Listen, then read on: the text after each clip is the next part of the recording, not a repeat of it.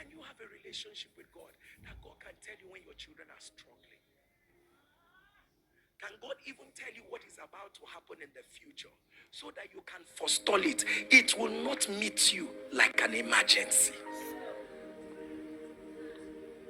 Am I communicating? Yes.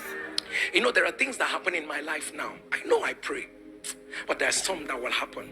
I will tell myself, that's my mother's prayer.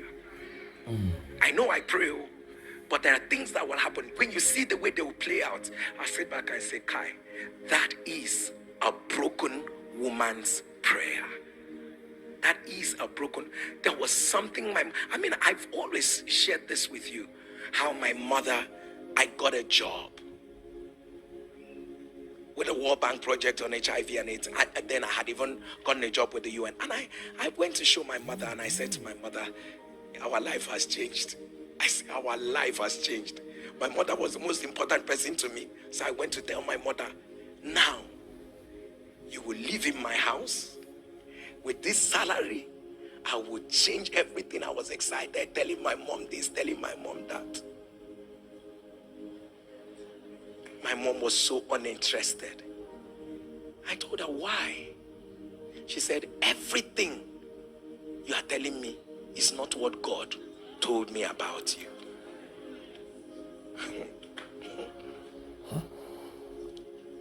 Let me tell you, parents, some things your children will celebrate,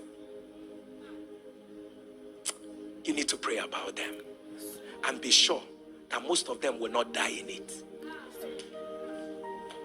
Pray about them. Not how exciting it is means that God is there. And God, my mother told me, that's not what God told me. That's not what you should do. Hey. As in, it's not what God told you. I told my mother that we quarreled that day. I quarreled with my mother. I said, it's not what God told you. What God told you is that way. And you're telling me to go into full-time ministry. Which example do I have around me to show me that if I go into full-time ministry, nothing will happen to me? Which example? No example. Say it's not what God told. That I will serve God. I will serve God. If people understood my dialect, I would have spoken it for. She would that I should serve God. That what God is saying, I should forget everything and serve God. I should serve God. I should serve God. I should serve. So I asked my mother, I said, so if I'm serving God and I get hungry and all that, he said, if I die, I'll go to heaven.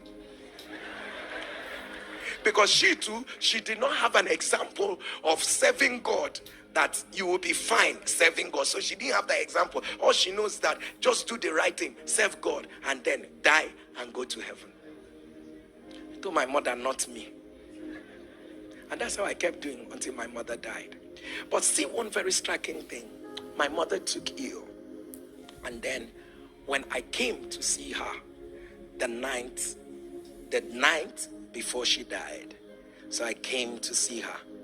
So whenever I come, I'm always the one praying for her because she was sick. So but that night, my mother said she wanted to pray for me, that I should kneel down, let her pray for me. So and I knelt down. My mother began to pray for an hour, 7 minutes. My mother was praying. She was crying. She was praying. She was crying. She was praying. She was crying. And when she was done, she told me, nothing will happen to you. And my mother was full of smiles.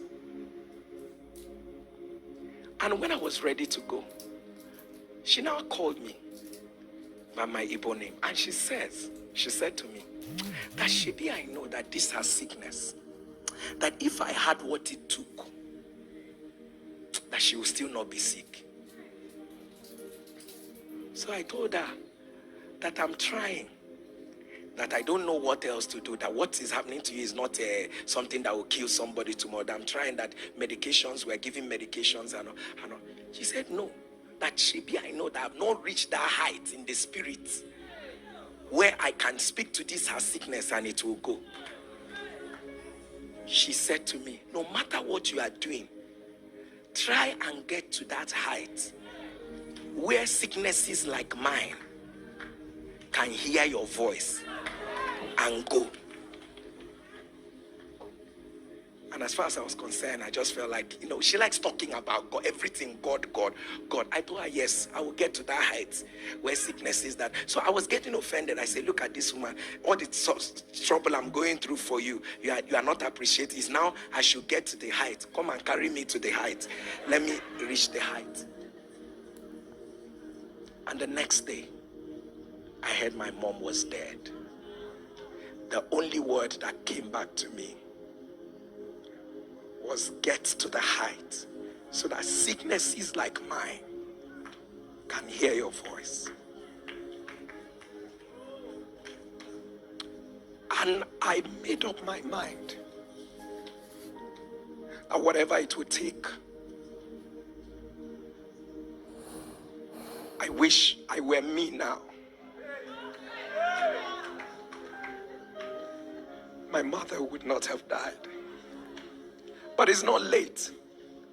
So what I could not do for her, I will do it for my generation.